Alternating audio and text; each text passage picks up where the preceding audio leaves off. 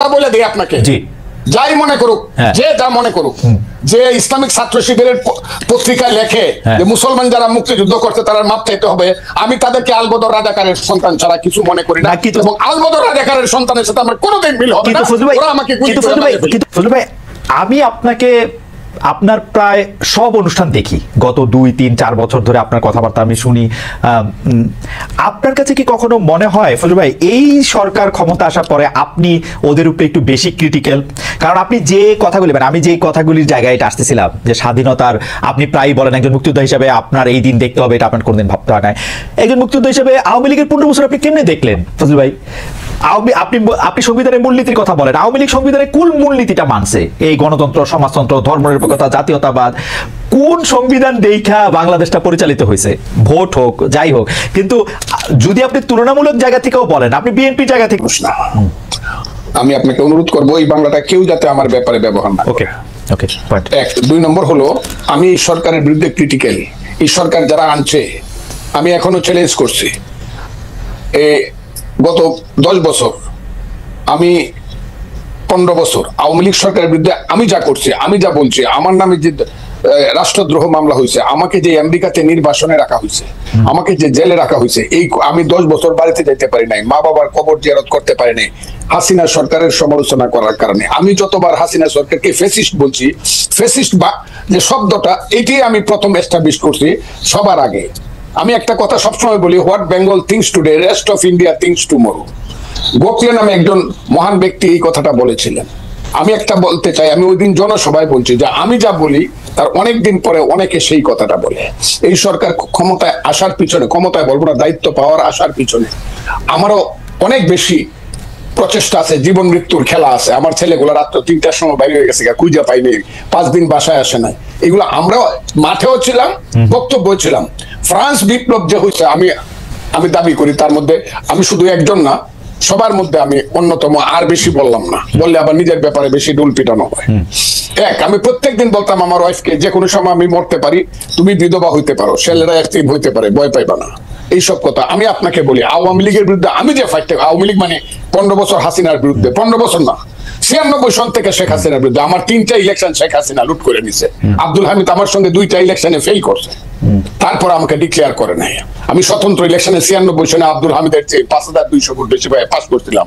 96 এর ভোটটা গণলে এখনো প্রমাণিত হবে।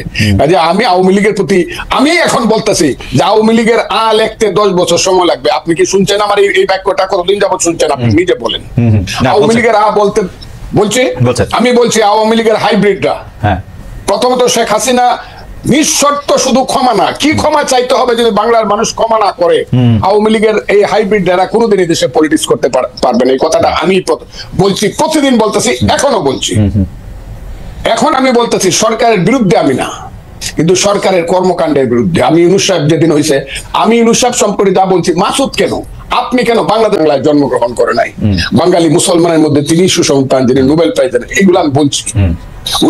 আমি 8 তারিখে রাত্র 9:30 উনি যখন শপথ নেন বঙ্গভবনে, আমি সবচেয়ে জোরে হাততালি দিয়েছি। আমার কথা ছিল এই বুঝি বাংলাদেশের পূর্বাকাশে কিছুটা সূর্য উদিত হলো, এবং এখন থেকে সঠিক পথে লাইনটা যাবে। কিন্তু আমি যেদিন থেকে বুঝতে পেরেছি এই সরকার উৎকৌশল করিয়া নন ইস্যুকে ইস্যু বানায়া, ফালতু বাজে কথা বইলা শুধু ক্ষমতাকে প্রলম্বিত করতে চায় বিনা নির্বাচনে, সেদিন থেকে টুকটাক কথা বলা শুরু করছে। টুকটাক আমার কথাটা বলে, আমি কিন্তু প্রথম বলছি ঠিক আছে 2 বছর নেন, এখন কিন্তু 2 বছর বলি না। আমি একটা নিঃশর্ত ভাবে বলছি 2 বছর নেন। আমার দল আমাকে যে তুমি 2 বছর কেন দিলা? আমি বলছি দিয়েছি ইউনূস সাহেবের মতো লোক 2 বছর পেন চালা। কিন্তু যখন আমি বুঝতে পারছি এই যে মাসুদ বসে আছে, তারা আমাদের সন্তান, তারাই আগামী দিনে এই দেশে রাষ্ট্র চালাবে। আমি খুব দোয়া করব তারা যাতে যোগ্যতা সহকারে রাষ্ট্র চালায়। কিন্তু তাদের যে মূল নেতা বলা হইলো জাতিসংঘে, আমাকে আহত করছে। কেন আহত করছে? তারা গত 6 মাসে 6 মিনিটের জন্য মুক্তিযুদ্ধ কথাটাই বলে নাই। তারা মুক্তিযুদ্ধ বলতে চাইছে 47-কে এবং 24-কে। 24-কে আমি মাথার উপরে ধারণ করি। আমি আবারও বললাম, মাথার উপরে 24-এর জন্য আমার অনেক হৃদয়ে কান্না আছে, সেটা আছে। কিন্তু 47 আর 24-কে, 71-কে যারা বাদ দেয়, 71 হলো মুক্তিযুদ্ধ। এই মুক্তিযুদ্ধের পেট ছিঁড়েই বাংলাদেশের জন্ম। মুক্তিযুদ্ধ হলো বাংলাদেশের মা। কথাটা আমি বলি কিনা বলেন আপনি? না বলেন। মুক্তিযুদ্ধ না হলে বাংলাদেশ হইতো না। যে মুক্তিযুদ্ধের পেট চিরে বাংলাদেশ হলো, সেই বাংলাদেশের উপদেষ্টা হয়ে একজন তার মারে স্বীকার করতেছে না। মারে যে স্বীকার করতেছে না, সে তো সুসন্তান না। কিন্তু কিন্তু ফুল ভাই, আপনি কি খেয়াল করেছেন যে এক সপ্তাহ কম আগে যেন মাহফুজ আলম একটা ফেসবুকে স্ট্যাটাস দিয়েছেন, যেটা শিরোনাম হচ্ছে মুক্তিযুদ্ধ মানে বাংলাদেশ। আমি শুনেছি। তাইলে ওই পেজটা উনি এই বিতর্কটা উনি সৃষ্টি, তাইলে আমি যদি বলি যে কথাবার্তাগুলো তারা বলছে সব হলো লিবারেল ডেমোক্রেটিক পার্টির কথা। তা আপনি যদি সকালে একরকম কথা বলেন, দুপুরে একরকম বলেন, বিকালে একরকম বলেন, রাত্রে একরকম বলেন, তা আমরা আপনি একটা দেশকে কিভাবে পরিচালনা করবেন এবং কিভাবে একটা নতুন দল গঠন করিয়া। কিন্তু ফজলু ভাই, আপনি দেখতেছেন না, এরা তো একটা যুদ্ধের মধ্যে আছে। আসলে এই যুদ্ধ তো শেষ হয় নাই, এরা কিন্তু এখনো এই ভয় পাইতেছে। ফজলু ভাই, আপনার কিন্তু এই ভয় আপনি বহু আগে জয় করে আসছেন, যে এরা কিন্তু এই ভয় এখনো আছে যে একটা আওয়ামী লীগ সরকার আসলে তাদের কি করবে। এরা যখন মাঠে কাজ করতে যাচ্ছে, আপনি জানেন বিভিন্ন রাজনৈতিক দলের নেতাদের কিন্তু ওদের নানাভাবে মোকাবেলা করতে হইতেছে। বাংলাদেশের রাজনীতির মাঠে আমার কথাটা শুনতে হবে আপনাকে। চেতনার দিকে যদি আপনার ঘাটতি থাকে, চেতনায় ঘাটতি। জি, রাজনীতিতে প্রথম আসে ফিলোসফি, ইডিওলজি। রাজনীতির প্রথম কাজ হলো ফিলোসফি, ইডিওলজি। তারপরে আসবে understanding, feelings, realisation, theory and practice. Right. আপনি যদি ফিলোসফিতে বারবার ওই লেখেন যে 52 থেকে 24, 71টা বাদ দিয়ে যদি আপনি 21 ওই যে এটা কি বলে 21শে ফেব্রুয়ারি মাস করেন, আমার ভাইয়ের রক্তে রাঙ্গানো, ঠিক আছে, 71 ঠিক আছে। তাদের যে নেতা, বাংলাদেশের নেতা, শেরে বাংলা একে ফজলুল হক, হুসেন শহীদ সোহরাওয়ার্দী, মৌলানা আব্দুল হামিদ খান ভাসানী, শেখ মুজিবুর রহমান, আতাউল গনি উসমানী, সামরিক নেতা, I do hereby declare the independence of Bangladesh on behalf of our great leader Bangabandhu Sheikh Mujibur Rahman, সেই মেজর জিয়া, সেই খালেদ মোশাররফ, সেই 11টা সেক্টর মুক্তিযুদ্ধকে যদি তারা মানে, আমি কোন ক্ষমতার ধারে তো আমি আপনাকে, আপনি শুনছেন বুঝে আমি বলছি, আমাকে প্রধানমন্ত্রী দিলে আমি 10 দিনের সময় নিব যে আমার একটু চিন্তা করতে দেন, নিব কিনা। মন্ত্রী তো জীবনে কোনোদিন নিব, আমার এইগুলোর প্রতি কোনো খায়েশ নাই। তারা যদি এটা মানে, ওই ছেলেরা দেশ চালাক তাদের নীতিগত ভাবে, কিন্তু মুক্তিযুদ্ধ না মানলে আমি যে না মানবে তাদের বিরুদ্ধে থাকবো। আমি খালি ওদের ডিফেন্সে আমি বলতে চাই যে আজকে আমি দেখলাম যে সংস্কৃতি উপদেষ্টা ওই যে 71, 25 মানে 52 পরেই 52 পরে এটা বিএনপি বলি, আওয়ামী লীগ বলি, চূড়ান্ত ভাবে তো ব্যবহারই করছে। আওয়ামী লীগ তো বেচছে, বিএনপি করছে। আপনারা অপমান করছেন কেন জানেন? হ্যাঁ, কারণ এই মাসুদের নেতা, হ্যাঁ, সার্জিস আলম, ও আমার সন্তান। এগুলো শুনলে পরে বাইরে কই মরতে ইচ্ছা করে। ও বলছে ইসলামিক ছাত্র শিবির ছিল এই আন্দোলনের ব্যানগার্ড। এই কথাটা ওরা আগে বললো না কেন?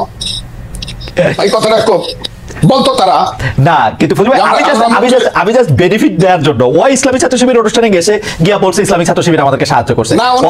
ও শহীদ মিনারে বলছে, ওদের মিটিং এ বলছে, সার্জিস নিজেদের মিটিং এ বলছে, ইসলামী ছাত্র শিবিরের মিটিং এ না। আমার তো ধারণা ওই ইসলামী ছাত্র শিবিরের মিটিং এ বলছে। নো ইসলামী ছাত্র শিবিরের মিটিং এ সোহরাওয়ার্দী উদ্যানে শিবিরের সদস্য। আমার মনে হয় যে ইসলামী ছাত্র, যাই হোক আমার মনে হয় যে ফজলুল ভাই অনেকগুলি প্রশ্ন তুলেছেন, সেই প্রশ্নগুলি আমি একটা কথা বলে দিই আপনাকে। জি,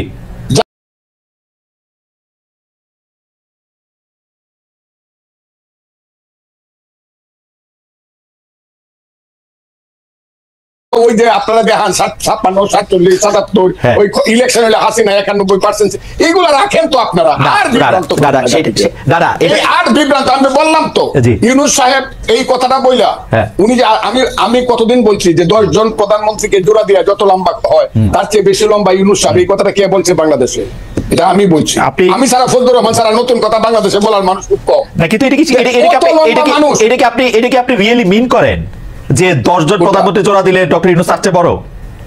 আমি মনে করি এটা তৃতীয় বিশ্বের 10 জন প্রধানমন্ত্রী, তৃতীয় বিশ্বের 10 জন প্রধানমন্ত্রী মানে এটা আমার কাছে মনে হয় যে এটা ওভার স্টেটমেন্ট। উনি একটা প্রাইজ দিচ্ছেন, এটা ঠিক, উনি এই পৃথিবীতে অনেক পরিচিত একজন মানুষ, এটা ঠিক, কিন্তু জনপ্রতিনিধি না। ঠিক আছে, এটা আপনার মতামত, আপনি মনে করেন যে উনি 10 জনের মতামত। আমি আপনাকে বলি না, উনি বিশ্বে আমাদের হয়ে নাম করেছেন, আমি একটু ওভার বলে ফেলতে পারি, কিন্তু উনাকে আমি উনি কেন ছেলেরাই সব করছে, এই একবার কইলেও শেষ হয়েছে, দুইবার কইলে প্রতিদিন কয় ছেলেরাই সব করবে।